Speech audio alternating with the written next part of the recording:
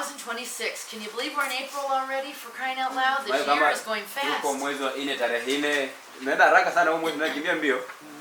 So I want to go over this lesson. Talk about the things that are on this lesson here today, and I want to start with the city of Shechem. So get your pen out and start taking notes, because there's a lot of things here. And if you miss it on your worksheet, you could pull it from your notes.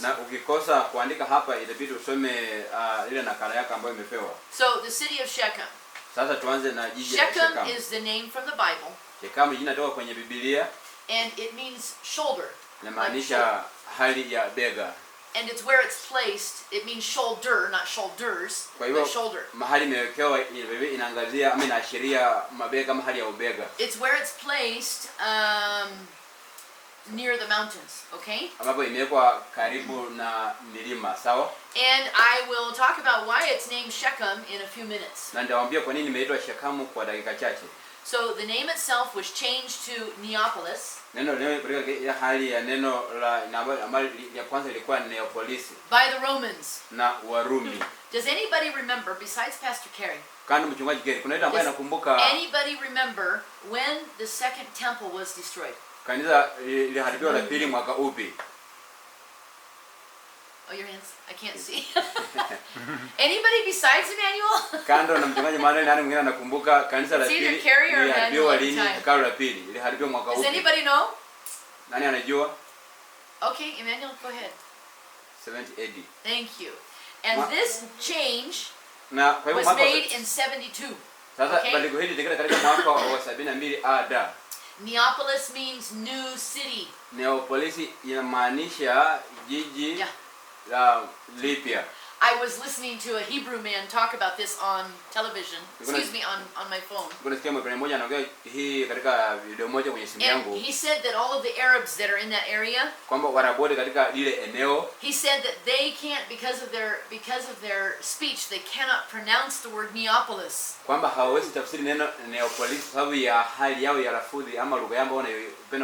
So it has become Nablus. Nablus. Nablus. That's the name of that city now, Nablus. Isn't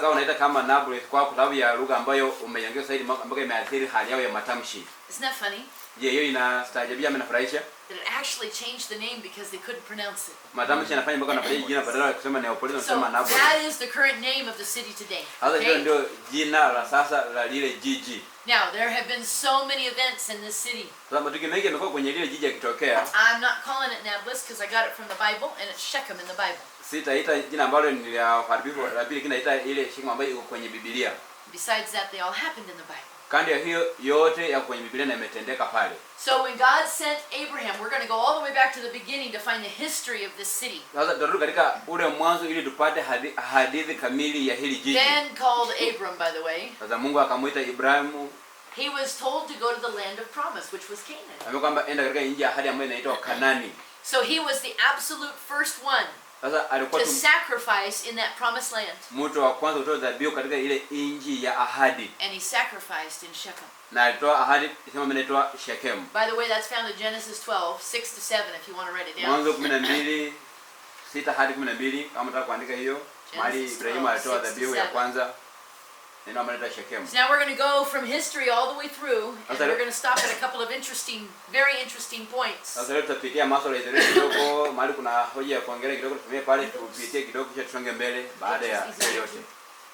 I don't need to see him now, but soon. Okay. So Abraham's grandson, Jacob, he also came to Shechem. And you guys are going to remember these things. He bought a field there. And he dug a well. Remember? And it's funny that we remember that well that was dug, because nowhere in Scripture does it say that he dug a well except in the New Testament. John 4:5 says he dug the well. Also, the story of this is in Genesis 33. 18 to 20. You guys are going to have to use these scriptures on this paper, but leo mtatumia haya maandiko kwenye majibu yenu kwenye karatasi hii. Kwa hivyo andika mahali upate Mwanzo 33:18 hadi 20. So I want to look up for a moment. Let's see. John 4:5. Let's look that one up. Tuangalie Yohana 4. John 4:5. Yohana 4:5. This is the only scripture in all of the Bible that talks about the digging of this well. Hii ndio andiko pekee ambalo limeongea namna ya Yakobo kuchimba kile kisima. Yohana 4:5. So Jesus was passing through the area and he was coming to Samaria, a town called Sychar, which is in Samaria. Yesu alikuwa anapita katika ile eneo katika sehemu ya Samaria karibu na jiji la Sychar pale. You need to understand that Samaria and Shechem are only a half mile apart. So they're oftentimes when people are going to Shechem, they might be talking about Samaria, or they're going to Samaria and they're talking about Shechem. Okay. Kwamba umbali kati ya Samaria na Shechem imechanganywa umbali kama kilomita moja ambayo mtu anapotembea pale anazaona eneo ambalo limekaribia eneo ambalo analitembelea. So here it is, verse 5. Sasa ile Yohana 4:5 inasema, so he came to a town in Samaria called Sychar. Basi akafika kunako mji wa Samaria uitwao Sikari, near the plot of ground that Jacob had given to his son Joseph. Karibu na ile shamba ambalo Yakobo alimpa Yusufu mwanawe. Jacob's well was there. Na hapo palikuwa na kisima cha Yakobo. And Jesus, tired as he was from the journey, basi Yesu kwa sababu amechoka kwa safari yake, sat down by the well. Akaketi hivi kisimani. It was about noon. Na ilikuwa yapata saa 6.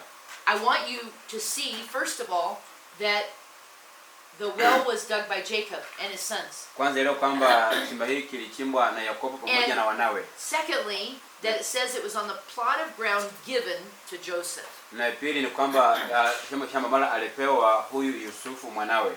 Yeah, okay. Sawa. Now, we're going to move on and we'll come back to this particular scripture later. Sasa tusonge mbele kisha turudia haya maandiko kusoma baadaye. Also, here in the city of Shechem. Vile vile katika jiji hili la Shechem. You remember Jacob had a daughter. Do you guys remember what her name was? Kumbuka Yakobo alikuwa na binti yake anaitwa nani? Binti wa Yakobo? Anybody remember? Starts with a D. Nana Joy binti wa Yakobo. Sounds like dinner. Yesterday. But it's what, Pastor Carey? Dina. Yeah, Dina? I call it Dinah. Dina, huh? Okay. Dina or Dinah? Mwanawe Yakobo binti yake anaitwa Dina. Unasema Dina. Yeah, you've been here a long time. Oh, no, Hebrew. Hebrew. Okay. Okay. So you remember this woman, she went to the town of Shechem. Kumbuka mlikuwa alienda katika ule mji wa Shechem. To visit the women of the town. Kutembelea wale wanawake wa ule mji. And when she was there, does anybody remember what happened? Alipokuwa pale nini kitendeka, nani anakumbuka? Nini kitendeka? Kadri tunatembelea wanawake wenye ule mji, nini kitendeka? Kama alifanyia nini? When she was there, the prince of that city, his name was Shechem. Mfalme wa ile jiji alikuwa ambaye anaitwa Shechem. Anyway, he raped her. Aliweza kumbaka. And he wanted to marry her. Na akataka kumwoa kwa kulazimisha. Now you guys remember the story from Genesis. Kumbuka hadithi hiyo kwenye kitabu cha Mwanzo. Genesis 34. Mwanzo 34, twende pale. Genesis 34. Mwanzo 34.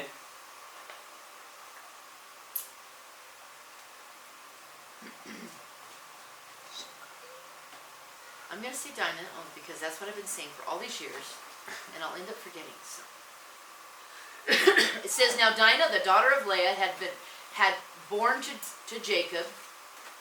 Kwamba basi ile Dina binti Lea ambaye Lea alimzalia Yakobo, went out to visit the women of the land. Akatoka kuwaona binti za nchi. When Shechem, son of Hamor, Shekemu mwana wa Hamori, the Hivite, Muhivi, the ruler of that area, mkuu wa ile nchi, saw her, he took her and he raped her. Akamwona, akamtoa, akalala naye. But his heart was drawn to Dinah, daughter of Jacob. Moyo wake ukaambatana na Dina binti Yakobo. He loved the young woman and he spoke tenderly to her. Akampenda huyu msichana, akasema na huyu msichana kwa maneno mazuri. And Shechem said to his father Hamor, "Get me that girl as my wife." Shekemu akamwambia Hamori babaye, akasema unipatie msichana huyu awe mke wangu. I'm going to stop there for a moment. Daje pale kwa dakika chache. You remember Jacob was coming home at this time from seeing Esau. I'm jumping into another story so we can come back to this. Kumbuka Yakobo alikuwa nyumbani kumwona Esau baada ya He was with Laban for all those years. Na kwa hii miaka yote. He acquired all his wives and his concubines and all of his children. And then he came home because God said to go back. Akapata wanawake wale wote, masuria wote, pamoja na mabini mpaka sema sasa yafaa turudi wapi nyumbani. He was terrified to see his brother Esau, remember? Aliogopa kumuona nduguye Esau. Kumbuka? And here comes Esau. Sasa hapa 400 men, I believe it was. Watu takriban 400 na tusema. So he started setting aside all these gifts for him. Sasa kaanza kutenga baadhi ya zawadi kwake kama vipawa. And after pacifying Esau, na baada ya kumogopea huyo Esau, Esau went to Moab. Esau kaenda sehemu ya Moabu. And Jacob decided to come to Shechem. Yakobo naye akaamua kuelekea Shechem. It was at that time that he was coming to Shechem. Ndio wakati alikuwa ameamua kuelekea Shechem. Picture this in your mind. Sasa pata hii akilini. Because it was at this time that his daughter got raped. Wakati ndio hata binti yake alipata kunajezewa. This was at Shechem. Na hapa ilikuwa mahali panaitwa Shechem. Okay, Genesis 33:18-20. Rudi nyuma Mwanzo 33. It says after Jacob came from Paddan Aram, baada ya Yakobo kutoka ile sehemu ya Paddan Aram, he arrived safely at the city of Shechem in Canaan. Alifika salama katika jiji la Shechem kule Kanani. Within sight of the city. Ndani mwa lile jiji. For 100 pieces of silver he bought from the sons of Hamor. Kwa zile peni kama 100 za fedha alinunua sehemu ya Hamor. The father of Shechem, I just turned that. Baba wa Shechem. The plot of ground where he pitched his tent. Dama ambaye aliweza kuchukua mahali pake na akaweka hema lake. So just picture this. He's coming back from Laban's place. He's terrified of Esau. Sasa ona hiyo akili kama ametoka sehemu ya Labani mjomba wake na ametishika kumwona ndugu yake Esau. He breaks free from Esau. Esau goes on to Moab. Sasa wakati Esau anaamua kuelekea sehemu ya Moab, Moabu, he comes around and decides he's going to go into Shechem because that's where God leads him. Anasema kama Esau ataelekea Moabu, mimi nami nitaelekea Shechem ambapo Mungu ameniongoza. And when he gets there, he's like, okay, this is a new city. Sasa akasema, sasa ndio mji mpya sasa. I don't own this city. Najua si umiliki. And I need to put up my tent. Yafaa niweke hema langu sasa. So he buys the plot of ground where his tent's going to get set up. Sasa kanua sehemu ya shamba ambalo yafaa aweke hema lake. For 100 pieces of silver. Kwa takriban zile fedha 100. And it says there he set up an altar and he called it El Elohe Israel. Na baada ya kama anaitwa El Elohe Israeli. So you guys are starting to picture some of this, I hope, in your mind. Sasa natumai mwanzo kuona kitu fulani katika akili zako baada ya hii yote. Shechem was also made a city of refuge. Vile Shechem iliundwa kuwa kama jiji la wakimbizi. Write down the scriptures, Joshua 20 verses 2 to 3. Yoshua 20 and verse 7. Kama Shechem vile iliundwa kama jiji la wakimbizi. So 2, 3 and 7. Joshua what? 20. Yoshua 20, 2, 3 na 7. And then chapter 21, 21. Kisha Yoshua 21, 21. Now here's something else that happened in Shechem. Lingine hapa tena kitokea Shechem. You guys remember what a city of refuge was, don't you? Kumbuka maana ya kuwa kwamba jiji lilikuwa jiji la wakimbizi. Unajua maana yake? Who can tell me what a city of refuge is? Nani ananiambia jiji la wakimbizi lilikuwa? Is your hand up? Shechem. No, who can tell me what is a city of refuge is what I'm trying to say. I didn't say that well. Kumfano jiji sasa ile kama mahali ikiwa jiji la wakimbizi na kuwa lini yanafanya nini ama ina mahusiano yapi? Do you know? No, what's the question mark? Okay, they made several cities a city of refuge. Shechem was made a city of refuge, but what is that? You want to? Yaani mbona kwa nini mbona ifanye kuwa jiji la wakimbizi? Okay, Pastor Carey. If somebody accidentally caused the death of somebody else, a city of refuge was a place where if they made it to that city, they were safe in that city, but they had to stay there like as long as they wanted to be safe. If they left that city, the family of the person that they caused the death of could kill them and not be blamed for their death. Yeah. Kwamba wakati mtu yote amesababisha kifo kwa mtu wa familia fulani, angekimbilia kule kwa ajili ya maficho. Maana wakati anapotoka kule watu watamwona waseme wewe ndio mtu fulani, pia hao watapata kumuua. Sasa anakimbilia kule kwa ajili ya kujificha na akae salama. Okay, that's a city of refuge. Sasa hii ndio maana ya hali kwa mama ni mmoja wa wakimbizi. Okay, Kimbilia pale kwa salama. another thing that happened in Shechem. I'm telling you, the city is popular. Kingine ndio kule Shekemu kwamba mji huu ni wa maarufu sana. Now, everybody remembers King Rehoboam, right? Kumbuka Rehoboam mfalme. Okay, who can tell me who Rehoboam was besides Carrie and Emmanuel? Nani alifanya kuhusu mfalme Rehoboam kando mchungaji Kerry na Emmanuel? Who was Rehoboam? Rehoboam ni nani? Rehoboam. Unajua ni kuhusu mfalme Rehoboam? Is it the one who was divided the country twice and then He was King Solomon's yes, son. Yes. Yeah, and you're right. He was the one that lost 10 10 tribes. tribes, yes. Okay, so King Rehoboam Mfalme Rehoboam took the throne in Shechem. achukua mamlaka kule Shekemu, kwa hivyo ni That's tawala when kule they anointed Shekemu. him king. Ni maana akitoa mafuta kwa mfalme Shekemu, kwa hivyo He was anatamani. crowned king of Israel there. Yeye alifanyika kwa mfalme wa Shekemu huyo You Rehoboam. can find that in 1 Kings 12, Wafalme wa kwanza 12 1 to 33. moja hadi 33 I pale. am not going to be giving you all these stories. I'm just going to be telling you little things. Sitawapa hii yote, wewe mwenyewe ukiandika mahali utapata kusoma mfalme wa kwanza 12. But this one I'm going to ask you, I am going to do a little bit. Hii nitafanya zaidi kidogo. Rehoboam was asked to lighten the harsh labor and the heavy yoke that King Solomon had put on his people. Vile vile huyu Rehoboam aliambiwa kwamba tafadhali enda punguza kazi hii ambayo babako Solomon alikuwa amewekea watu na ufanye kwamba vile ushuru usikuwe mzito kwao kutoa. Do you remember that he was very young, very stupid, Kumbuka kwamba alikuwa bado mdogo na bado mjinga and kidogo. he took advice from his young friends that he grew up with. Na akapata maonyo kutoka kwa wale vijana wadogo baada ya kusikia wazee. And everybody was pleading with him, listen, your father put us through so much laborious work. Mtu anasema kwamba sikiliza, babako alipatia kazi ya sulubu, kazi ngumu sana ya And kufanya. the father is who? Babako ni nani? Baba ya Rehoboam ni Robert, who is it? Robert? Nice and loud. Okay, nice and loud. Solomon. Thank you.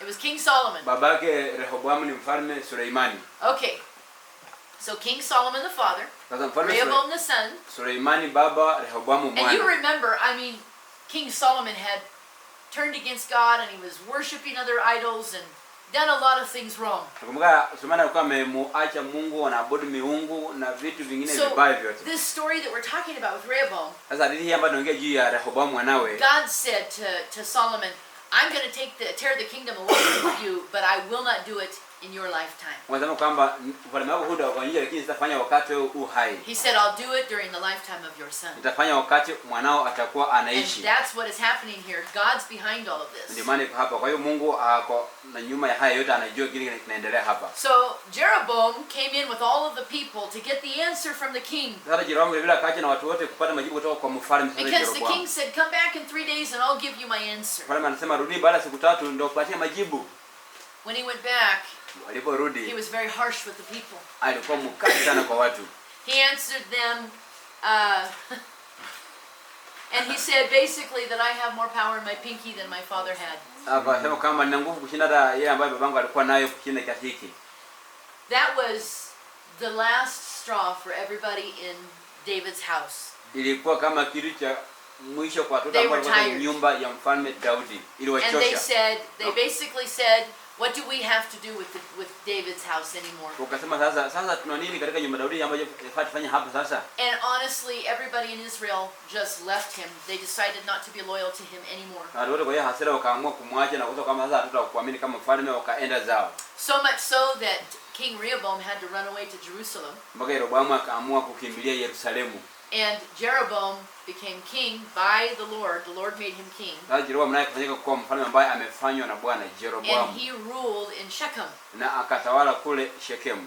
Now, be careful what you see online when you're doing your homework. Sasa Okay? kwa makini nini unaona kwenye mtandao wakati unafanya kazi yako ya ziada.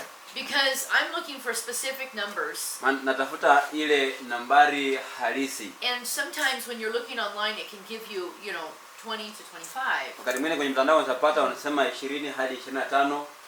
But when you do the work yourself, you can figure things out. Lakini ufanye kazi mwenyewe utaweza kupambanua masuala ya vitu So- uyapate. Jeroboam was made king in Shechem, Kwa hivyo Jeroboamu alifanyika mfalme which Shechem, was the capital of Israel. ambaye ilikuwa jiji kuu la taifa la Israeli. And the online will tell you that he ruled for 20 to 25 years. Mtandao unasema kwamba alitawala miaka 20 Shechem. hadi 25 kule Shechem. But that's not true. Lakini hiyo si kweli. He couldn't have ruled for more than 20 years. Hangetawala zaidi ya miaka 20. Because the total amount of time that he ruled was only 22 years. Maana muda ambao alitawala And then he was out of ulikuwa office. kwa miaka 22 na muda wake ukaweza kuisha. Kwa hivyo kama miaka 22 atawala hiyo.